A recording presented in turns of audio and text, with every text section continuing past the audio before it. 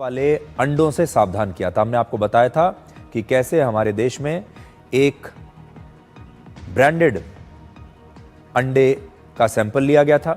एक बड़ी कंपनी के अंडे के सैंपल को लिया गया और इसमें कुछ केमिकल्स पाए गए थे जिससे आपके शरीर को बहुत सारा नुकसान भी हो सकता है और इससे कैंसर भी हो सकता है।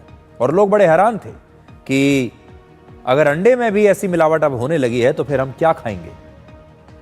अब उन अंडों की तो जांच हो रही है, लेकिन अंडों के साथ साथ आज हम आपको नकली दूध और पनीर से भी सावधान करना चाहते हैं, क्योंकि शाकाहारी लोगों के लिए दूध और पनीर ही प्रोटीन का मुख्य स्रोत है।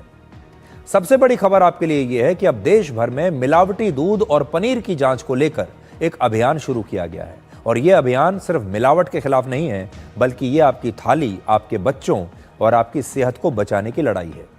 आप अक्सर अखबारों में, न्यूज़ चैनल्स में और रील्स में मिलावटी दूध और पनीर पकड़े जाने की खबरें देखते रहते होंगे।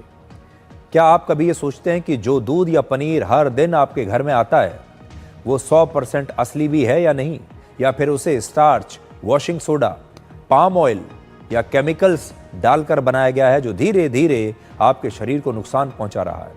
हमारे देश में हर साल 5 लाख टन पनीर बेचा जाता है।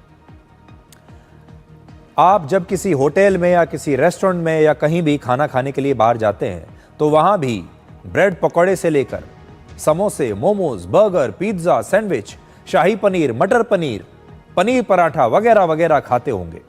सवाल यह है कि इन सब में आपको नकली पनीर तो नहीं खिलाया जा रहा, क्योंकि हमारे देश में बड़े पैमाने पर मिलावटी दूध और पनीर का कारोबार खुलेआम हो रहा है।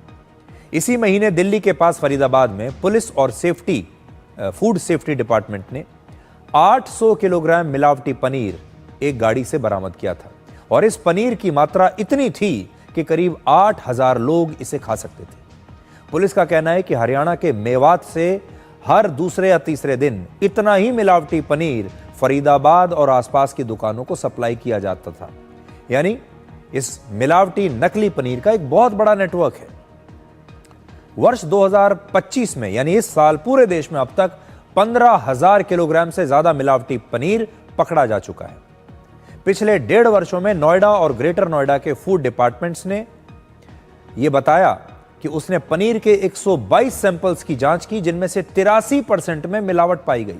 सोचिए आप, 83% सैंपल्स में मिलावट है पनीर में।